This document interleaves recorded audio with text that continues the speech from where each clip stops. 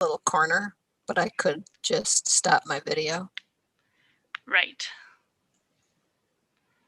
Okay, because I think it could be distracting. Okay.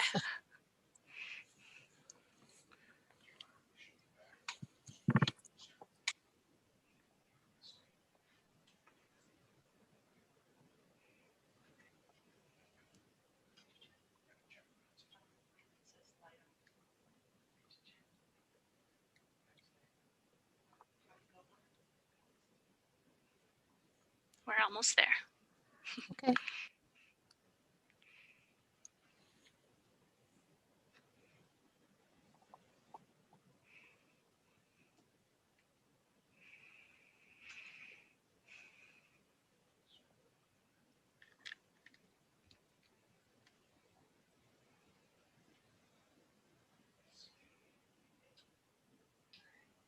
Okay.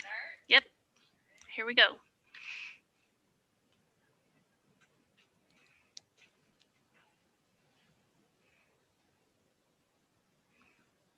Okay. We'll give it a minute while people filter in. Okay. Should I just mute myself until you're done with all of your introductory Sure. notes?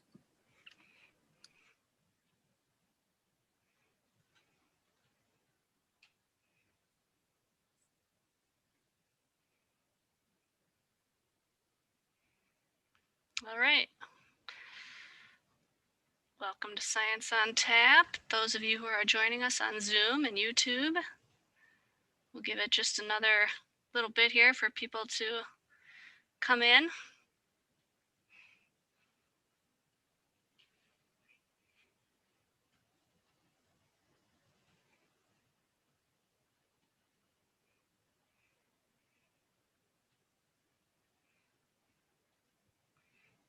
Okay.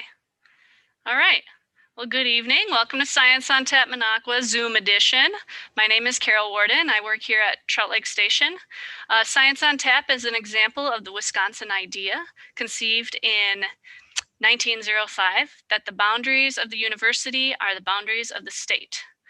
We'd like to recognize our partners every Science on Tap, and that includes the Minocqua Public Library, the Lakeland Badger Chapter of the Wisconsin Alumni Association, UW Kemp Natural Resources Station, and UW Trout Lake Station.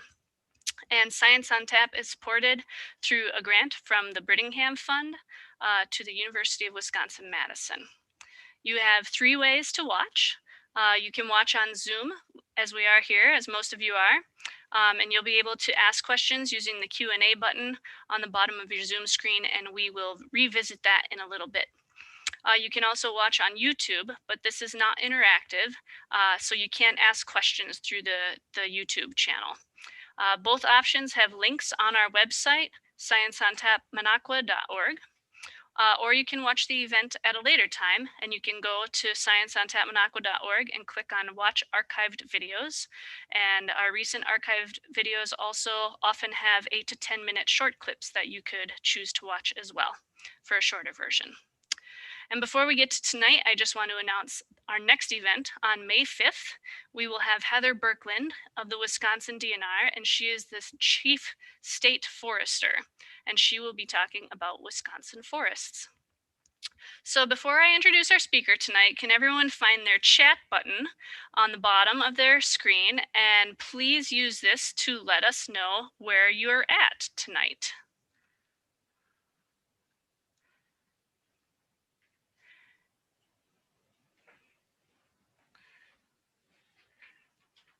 Plenty of people happy to see Mary tonight, so are we.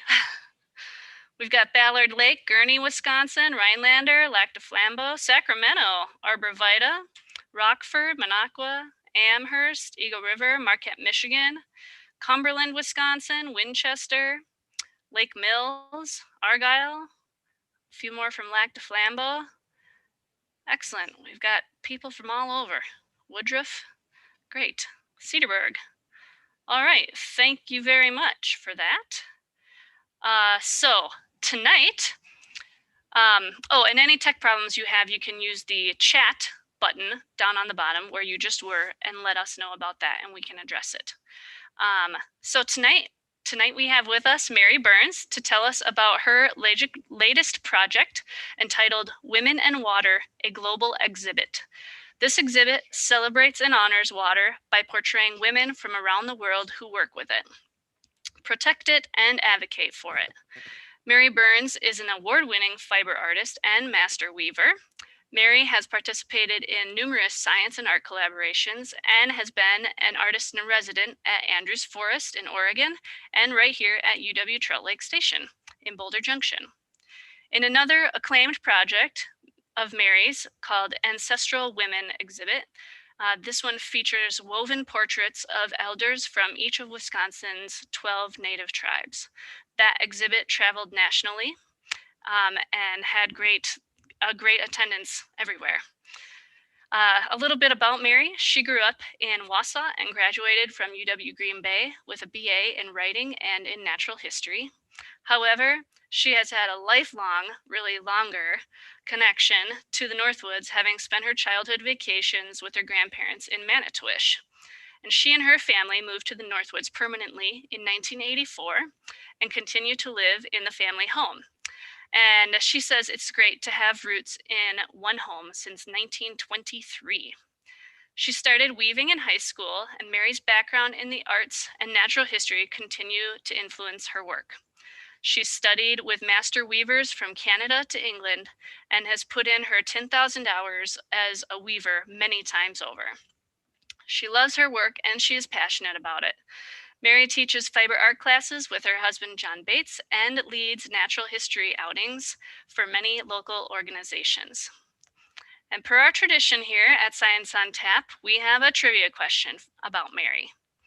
So the question is, through Mary's extensive portfolio, she's had some very unique and honored experience weaving all around the world. Which one of the following is true? A, Mary wove wool tweed fabrics on the loom where all of the Queen of England's tweed fabrics are woven. Mary worked with members of the Coast Salish community in British Columbia, Canada, making traditional woven garments. Or Mary set up shop in an Irish field only to be surrounded by cows, wondering what this new piece of farm equipment was. Okay, you should see a poll pop up and you can choose your answers from there.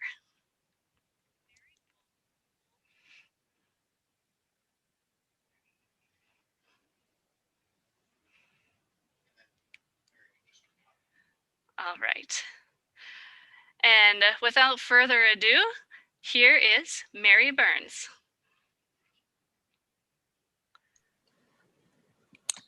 Thank you, Carol, and thank you for asking me to be here. I'm really honored to be here and giving a Science on Tap presentation tonight. I'd like to welcome everyone for joining us tonight, and with great respect, I welcome your presence, even though we're on Zoom and it's a little bit different for all of us. It's still a great way for us to be able to communicate here going through COVID. As Carol said, the focus of my presentation tonight is my Women in Water exhibit. This is an exhibit that I'm currently creating to celebrate and honor water through hand-woven portraits of women who work with water, protect it, and advocate for it. We should be starting the slides.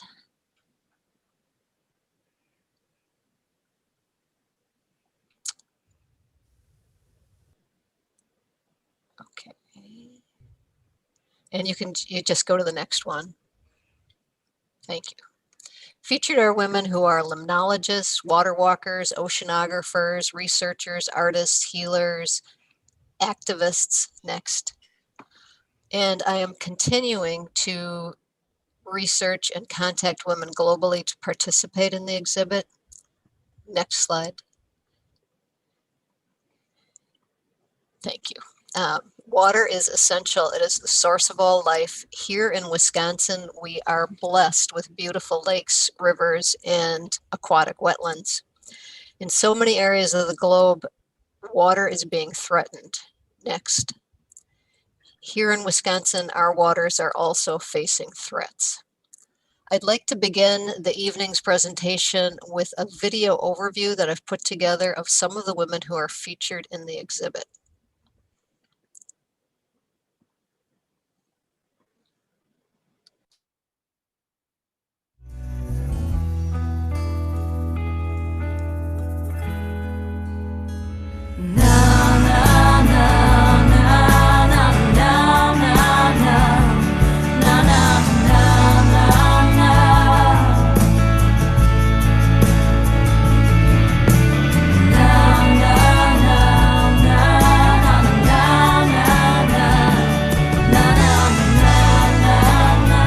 Pelchy. I'm the Chief Water Commissioner for Anishinaabeg Nation. I'm 16 years old. I'm from Menden Island, and I'm currently living in Ottawa. I'm doing this work as we can't just pray anymore. We must do something, and we need to do it now. Water is a basic human right. Everyone deserves access to clean drinking water, no matter what our race or color is, or how rich or poor we are. If the ocean dried up tomorrow, life would also dry up. That's where most of the action on Earth is. It's 97% of the water on Earth. They should know that with every breath they take, every drop of water they drink, the ocean is touching them. You should treat the ocean as if your life depends on it, because it does.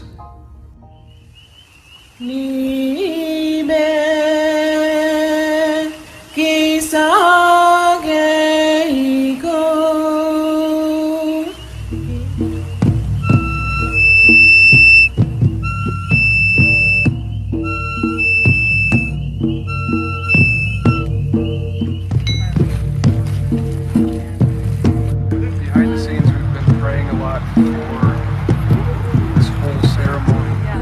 Look at them.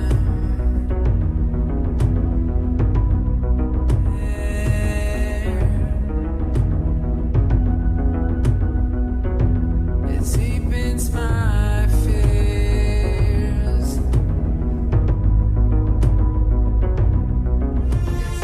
I am part of the next generation of women that have to make sure that this place survives.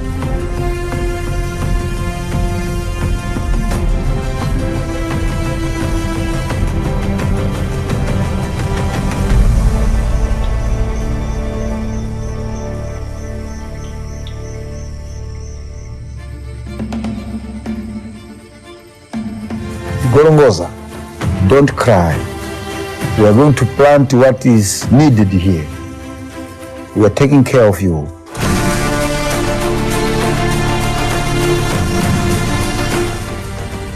It is a gate, for all these women. They're seeing this chance and they're taking it. One of the nation's bestsellers, first printed on September 27, 1962. With her first 3 books, a lyrical trilogy about the sea, Carson had opened people's eyes to the natural world. Now, in Silent Spring, she delivered the dark warning that they might soon destroy it. Rachel Carson not only changed the kind of questions we ask about the environment, I think she caused us to start to ask those questions. She's the instigator. I believe that the work that we see at We the People of Detroit, I not only see it in the eyes and the faces of my grandchildren, I see it 6 and 7 and 8 generations beyond them. I want their children's children to say that the women of We the People of Detroit and the people of We the People of Detroit loved humanity enough to ensure that every human life has clean, safe, and affordable water. What we gave to humanity will live on way beyond us. And to me, that's worth getting up every day for. That's worth fighting for. That's worth facing all of this scrutiny is for. Nobody would do the work that we do at We the People, most of the time unrewarded, if you didn't love beyond yourself.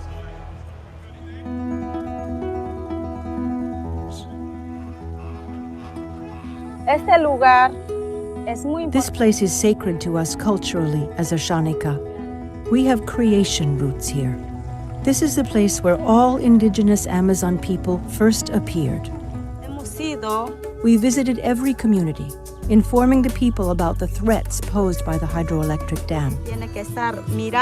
Kare always has to be on the lookout, like an eagle, carefully watching what the government is doing. The hydroelectric dam project was our wake-up call. Love the oceans and love what's ever in there, like whales, dolphin, sharks. The ocean belongs to me, and we belong to the ocean. The other one. And pull down. Go. 1, 2, 3, go. Pull down. Go. Take it more. Okay. Go more. Okay, perfect. Tied up. What do? We need more hand, eh? 1, 2, 3, go. Better. Leave it now. So you got, look at that.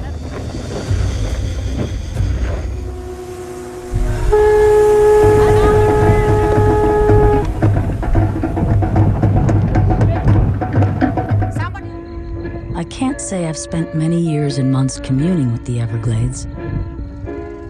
To be a friend of the Everglades is not necessarily to spend time wandering around out there. It's too buggy, too wet, too generally inhospitable. I suppose you could say the Everglades and I have the kind of friendship that doesn't depend on constant physical contact. I know it's out there, and I know its importance. Marjorie Stoneman Douglas. Kotu hekeana korongo hekeana kotenga hauatu utaina taku kawane hekawatu wa maunga kawiwini kawawana tara patatu kiterangi auweki fana haramaite toki haumie huie taikie. Ostracods, with their flash bomb defense, are found throughout the world's oceans.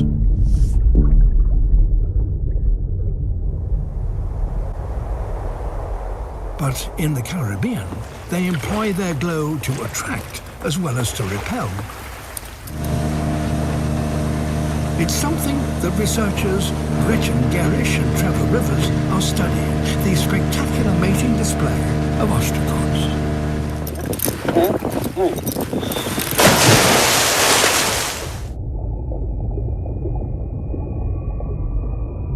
Diving without torches in near total darkness, Gretchen and Trevor are entering a world that few people ever witness. You're immersed in darkness, you're immersed in water, and you see streaming stars floating past you, and they're being produced by these tiny crustaceans that we barely understand. But as one male starts to display, another and another join him.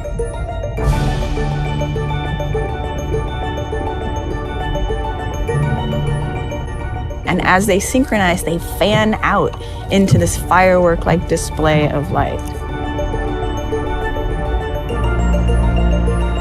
It's one of the most awe-inspiring things I've ever seen.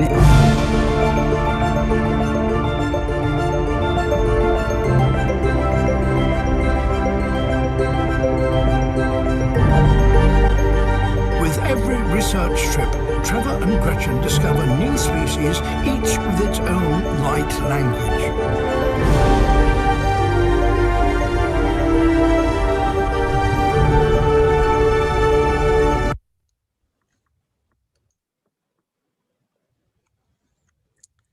Doesn't that just make you feel humbled? I wanted to talk a little bit about the inspiration for this exhibit. Besides the fact that these women and many more are just so inspiring.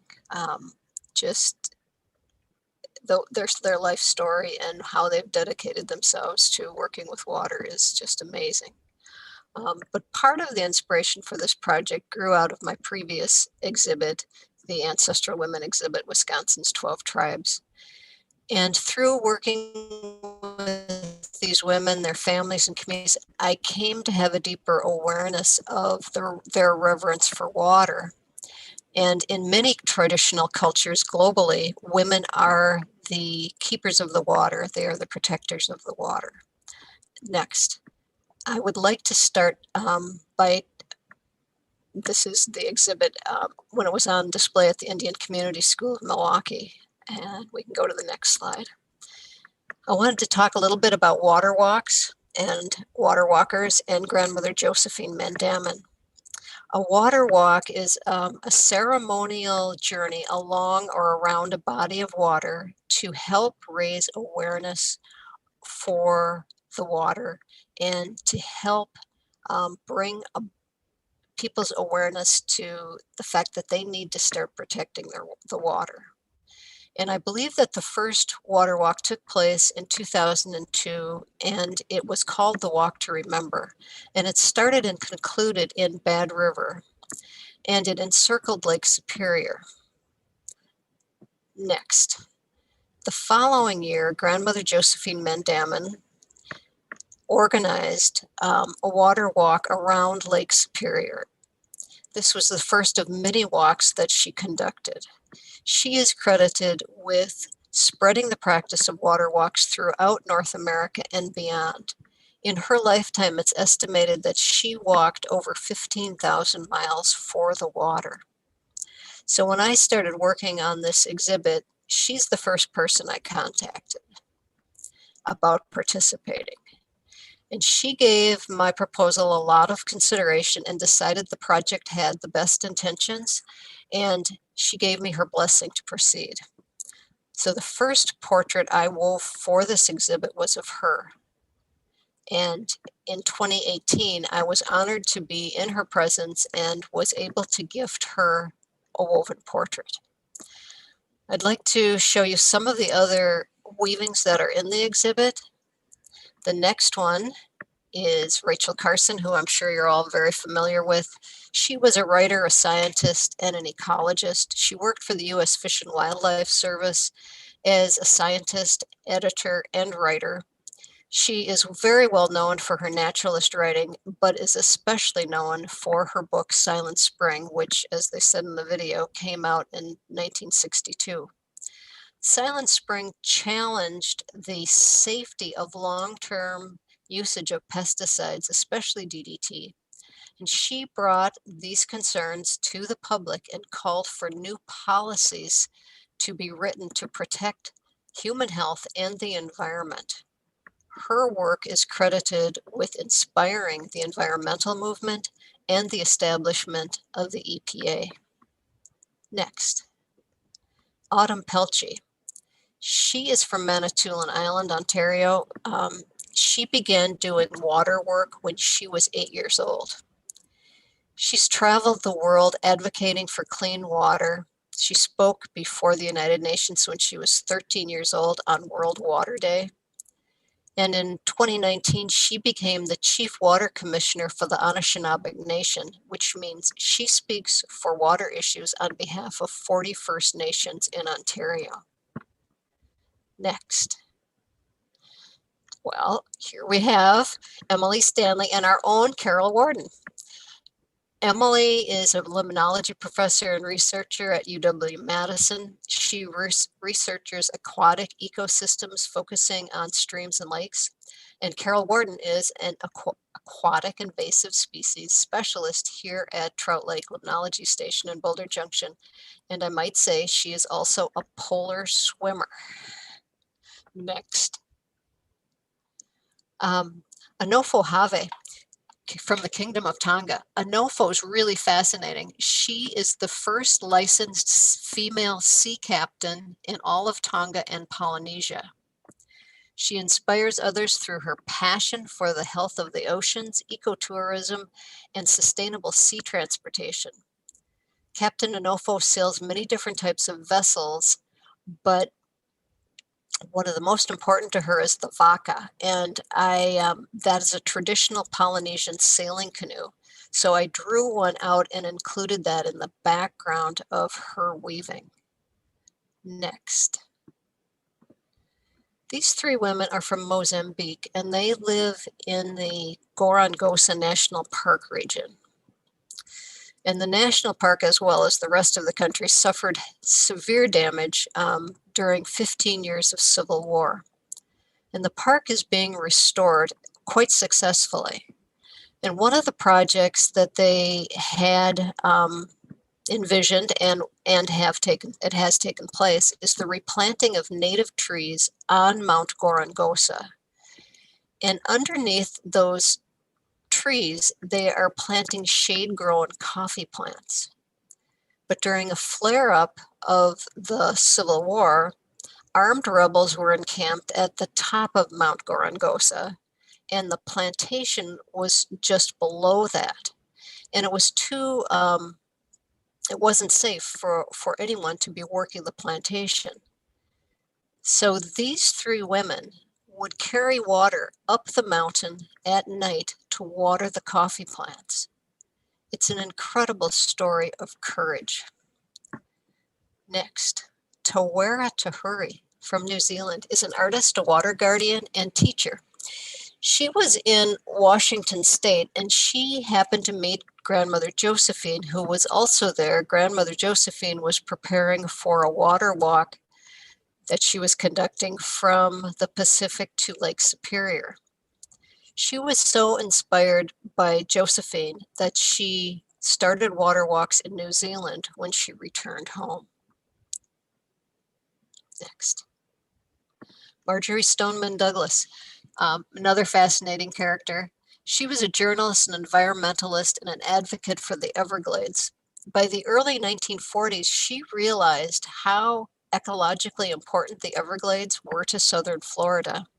And through her writings, she inspired the public's interest in protecting and preserving what would later become the Everglades National Park.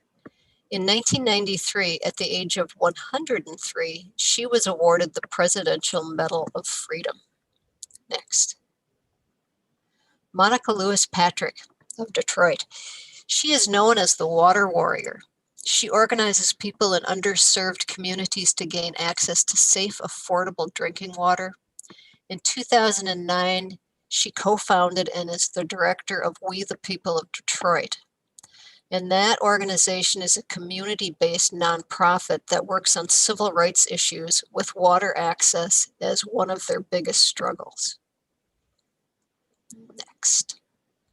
Dr. Sylvia Earle is a marine biologist, oceanographer, explorer, author, founder of Mission Blue.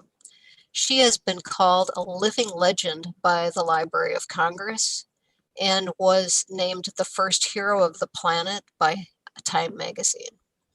Her organization Mission Blue's goal is to establish protected areas in the oceans. They're called Hope Spots, HOPE, and so far they have established 122 of these globally. Next. Sharon Day was also inspired by grandmother Josephine. She has led at least 20 water walks to heal the water, because in doing so, we heal all of life. These walks that she has led include walking the length of the Mississippi and Missouri rivers, and she's the executive director of the Indigenous Peoples Task Force in Minneapolis. Next. This is Tinker Schumann. A lot of you probably know Tinker. She lives in Lac du Flambeau. She's a poet, a teacher, an artist, a musician, and one of the most beautiful hearts in the world. She has organized water walks in Lac du Flambeau, and if you ever have a chance to hear her speak, please take that opportunity. Next. This is the loom that I weave all of these portraits on. That's Sharon Day's portrait on the loom. I was just about finished with it at that point that I took this photo.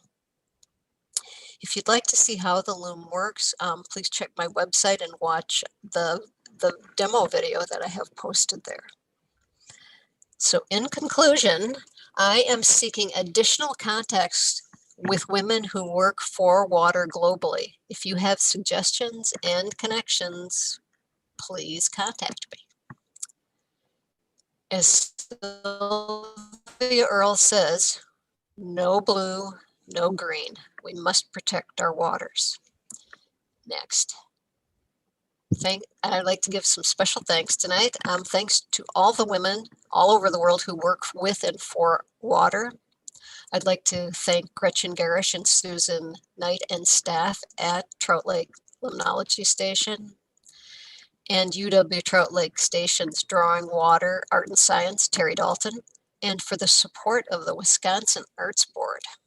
Next. I wanted to show you the video credits of the source material I used for my video at the beginning of the presentation. Next, my photography credits, and the last but not least, my contact information. So there we have it. Thank you so much for that piece, Mary. That was inspiring, to say the least. And before we get to questions from the audience, let's find out what real life experience Mary had. So here are the results from the poll. Wow, what a split. Almost exactly 1/3 for each. I guess they're all pretty believable, Mary. Would you like to share which one is true? Behind door number 1, door number 2, or door number 3? Door number 1. I was in the Outer Hebrides of Scotland in 2019 with my wonderful husband, John, and we visited many weavers. And one of the weavers, Donald John Mackay, is the Queen's weaver. And he let me weave on his Hattersley automated loom, which was really one of the biggest weaving thrills I've had. It was great. I even have videos. Great. And maybe you'll get to work with the Coast Salish sometime in the near future. I would like to do that. When we were doing our artist in residency in Oregon, I really wanted to go back. I love it out there too. Now, it wouldn't be Science on Tap without questions from the audience. So you can find and click your Q&A button at the bottom of your screen. And this is the window where you should write your questions in. And then a few of us on station will be monitoring those questions for any duplicates or similar questions that we get. And then I will ask our speaker those questions. So without further ado, we'll get going here.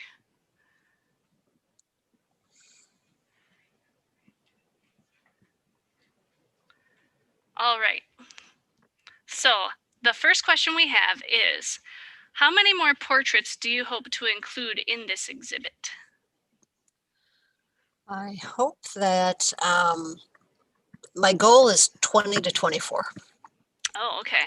And I have a number of pieces that are in progress right now. Okay. But I'm still looking for more people. Great. Excellent. All right. Some technical delay here. One moment. Okay. Where do your amazing weavings go for the rest of the time? Well, most of the time they're either in the studio or in our closet. Hopefully, hopefully the exhibits will be in such demand that they will be out and about in the world. At the moment, the Ancestral Women exhibit is actually taking a siesta because of COVID. But yes. That exhibit will be at the Warehouse Art Center in Eagle River, July 18th through August 15th of this year. So it'll be a great opportunity to get the women back out. Great. What is the source of your thread or yarn? For the jacquard weaving, I buy cotton thread, primarily through a company in Canada and another company in, I think they're in like Georgia. Is that because Canada have more? No, it's cotton. It wouldn't even have to do with sheep. That's true. We have a question that says, please describe your experience as the artist in resident at Trout Lake. Oh, I loved being at Trout Lake. I did this, my residency at Trout Lake with Debbie Ketchum. We shared our residency, and one of the things that the main thing that we concentrated on, we would collect water from different lakes and see how natural dyes are changed by using different sources of water. And it was really fascinating. And I'm also working on this exhibit as part of my residency. What were some of those changes you saw with the different sources of water? Well, the water from Lake Mendota in Madison, it was great. People that brought up water for us to use, and the limestone in the water there made a big change from the water from the lakes here, and it was much brighter. Neat. How is water your inspiration? Does it tie back to any specific memories? Oh, that's a great question. I think part of it is where we live. We live on the Manitowish River, and like you said in my introduction, I've been coming here since, before I was born. And being on the water is really important to me.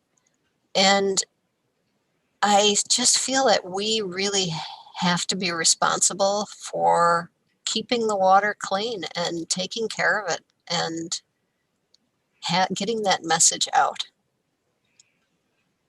Great. One attendant says, Mary, your weavings are amazing. I agree.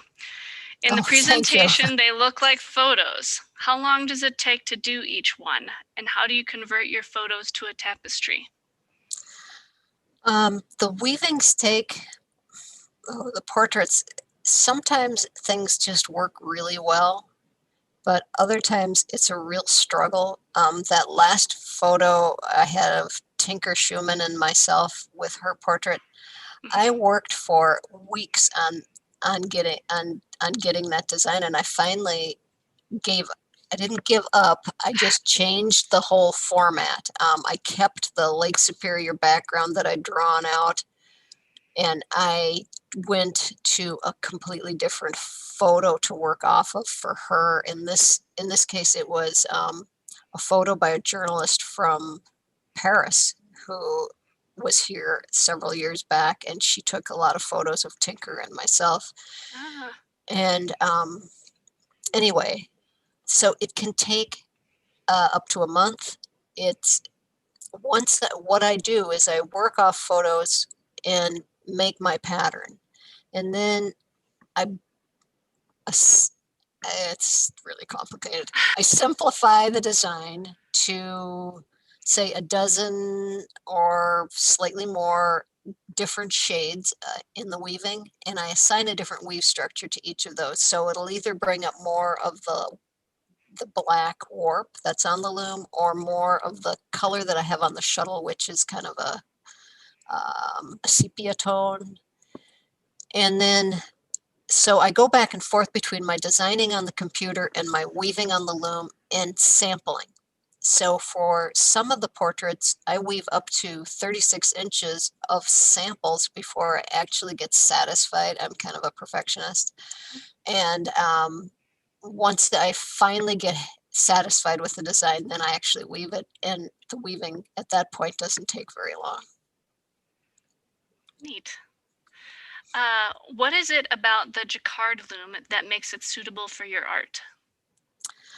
Well, this loom has 1,320 black warp threads. That's, if you've ever seen a loom, those are the threads that are dressed on the loom.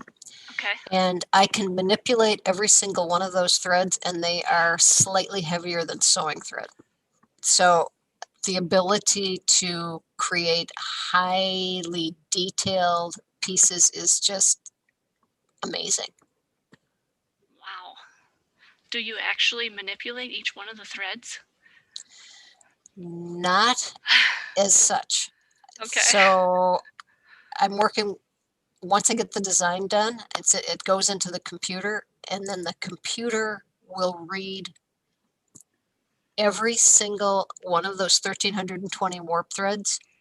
Wherever I've programmed it to lift those threads, it lifts, and I throw the shuttle and do the beading. Okay. Neat. With weavings, meditative and repetitive nature, coupled with the subject, would you say that there is a spiritual aspect to your practice? Totally.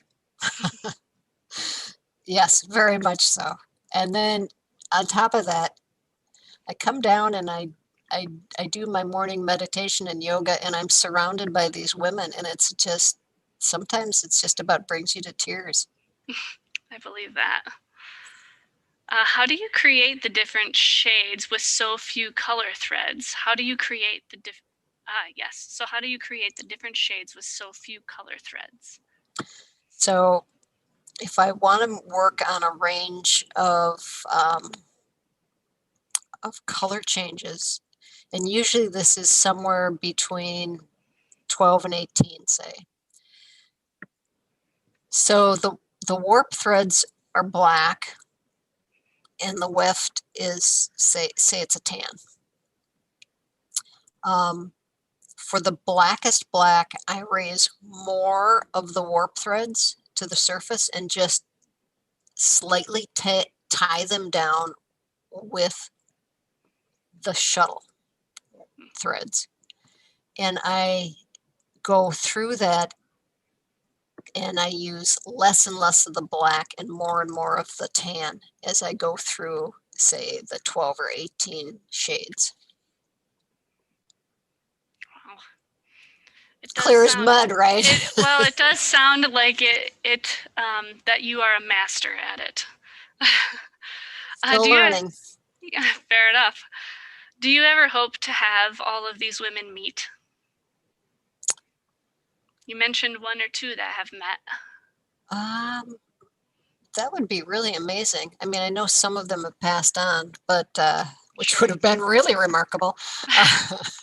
But yes, that would be amazing to have all of the women who are still with us come together, because they would be coming from all corners of the world. Indeed. Maybe some of them could sail over. Yes. You've been involved in a number of art and science collaborations for a number of years. Can you share one meaningful experience with the audience which gives you insights into that process? The art and science collaboration. The big Paradise Lost exhibit that we put together, that Terry Dalton in particular and Dolly Ladine coordinated through Trout Lake Limnology Station, that entire experience was an amazing time. We had scientists and artists coming together. We did I think it was maybe a 4-day get together here in the Northwoods, and we talked science and we talked art, and it was really a growing experience, I think, for everybody involved. Cool. Do you honor any women from desert areas where water has a different kind of importance compared to the water-rich Midwest or coastal areas? Yes, I will be. Neat. Part of those 24 that you're looking at getting. We have a sort of tertiary question, but very interesting. What got you into birding, and is it connected to water in any way?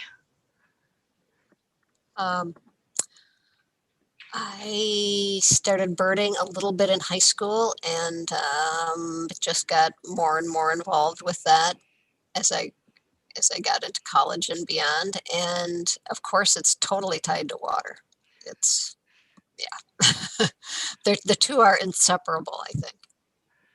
Well, I was just out paddling the other day, or yesterday and today, and I just started hearing the loons coming back, so that's sort of exciting too, and lots of other waterfowl for sure. Do you see differences between women who focus on freshwater versus women who focus on oceans? It's an interesting question. I think that I don't see that much difference. I see the passion, and the passion's just as deep, freshwater or ocean. Nice. I would believe that. I spend time on both, and they're both very special in their own ways, for sure. How have you gotten photography rights for the portraits you've already done, or do you need them seen, or do you need them seen as you are adapting the photos for your weaving needs? Let's see, did I say that right? How have you gotten photography rights for the portraits that you have done? And or do you even need them, seeing as you're adapting the photos for your weaving needs? Generally speaking, I try to get the permission of the photographer or whoever is representing these people. Yeah, so yes. Great. Do you think visual art can convey a concept more effectively than written or verbal descriptions? I think they're all equally valuable. And I think that sometimes it's the visual arts may speak more to someone's heart. Sure. Let's see. What are you thinking about for your next project? I haven't been. Still in the middle of water, huh? This water project is really all consuming. I mean, I'm doing small pieces here and there that I'm attracted to doing, but I'm not planning another big exhibit. This one's got me pretty well chained to the loom. Okay. Are you interested in science museums or art museums for exhibits? I think either would be great. Okay. I think combining the two is super helpful to our world in general, to be able to convey in different languages, so to speak. Yes. Let's see. Do you have a specific teacher that helped inspire you to create?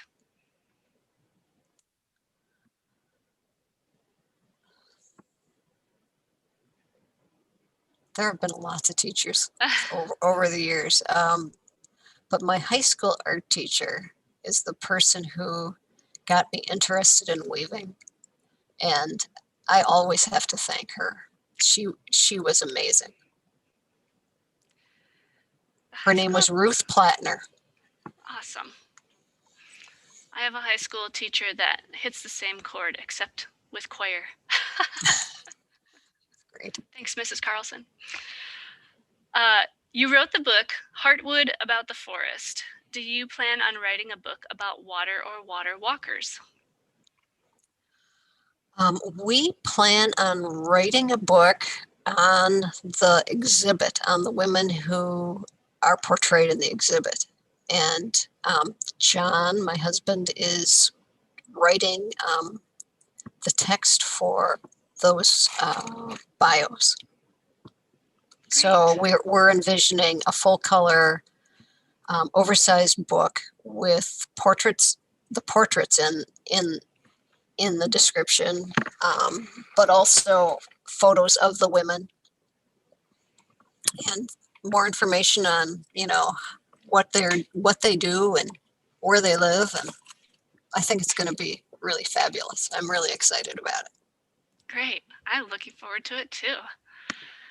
Have you had the opportunity to personally connect with many of the women you have portraits of? As much as possible. So I have been in contact with, I was in contact, I think I mentioned, with grandmother Josephine.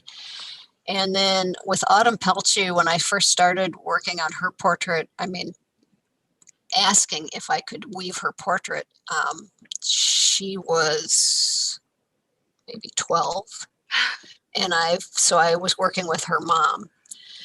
And then Monica Lewis Patrick, I contacted her organization, but I've also been emailing her, which is great.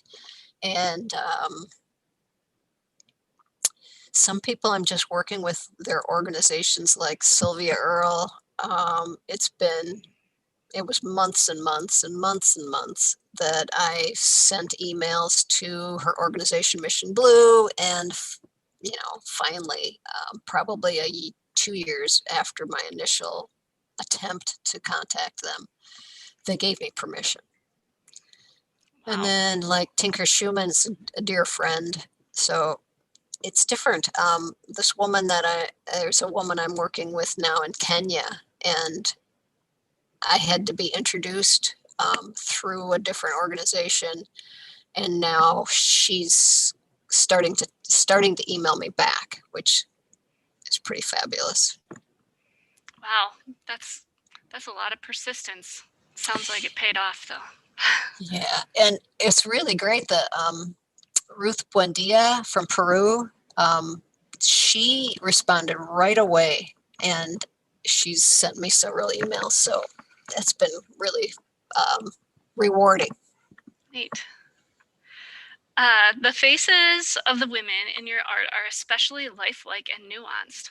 Are faces especially difficult to render in a weaving? Yes. Yeah. Prior to doing the Ancestral Women exhibit, I had never done portraiture of any kind. So wow. It was a huge learning curve. Impressive. You are a master. Can you share a fun story of trying to get in touch with some of the people you portrayed who live in very remote parts of the world? Well, I don't know how amusing they are. Let's see. Mostly more persistence. It's more persistence. One woman I've been trying to get a hold of, in a sense, numerous emails. Really, the best way for me so far has been a couple of organizations have been really helpful, and they're willing to send my emails on to certain people I'm trying to contact. But the best thing is if someone knows someone else. For instance, someone I know is a friend of Anofo Have from the Kingdom of Tonga, because she used to live in Tonga. So it was amazing. Have you ever used other natural fibers such as wood in any of your weaving projects? Years ago, I used to do more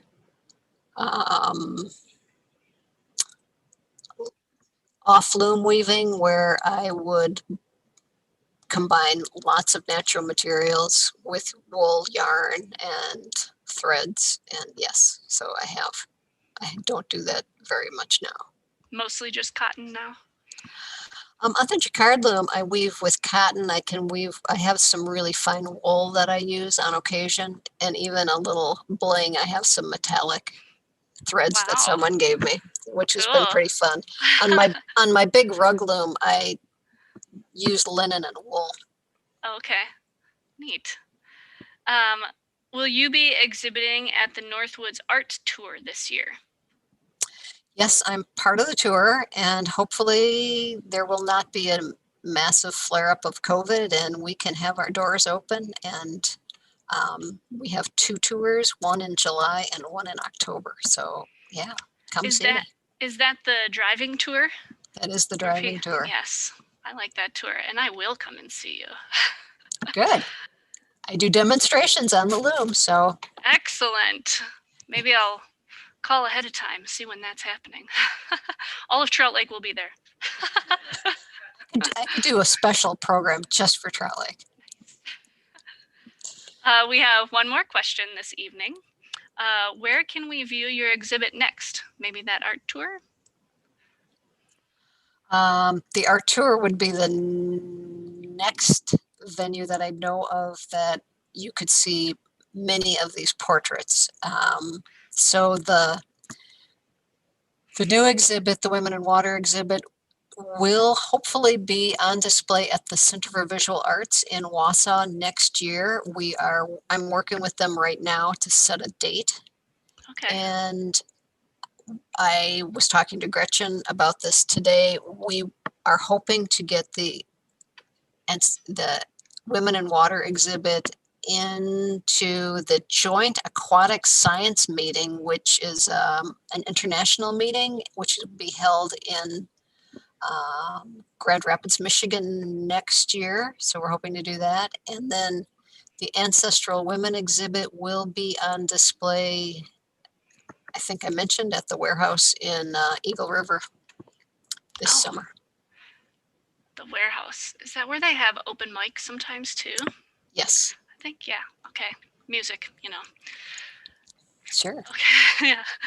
Well, thank you so much to Mary Burns this evening, and thank you to everyone who participated in the questions, and our apologies if we didn't get to every single one. We often have more, we receive more than we can get through in a night. And to our sponsors, the Lakeland Badger Chapter of the Wisconsin Alumni Association, Minocqua Public Library, UW Kemp Natural Resources Station, and UW Trout Lake Station, and the Brittingham Fund. So remember, our next Science on Tap is May 5th, and we will have Heather Birkland from Wisconsin DNR talking about Wisconsin forests. And if you want to sign up for email reminders of our events, you can go to our website, scienceontapminocqua.org, and click Contact Us and leave your email address. And we will see you next month. Thank you very much, Mary.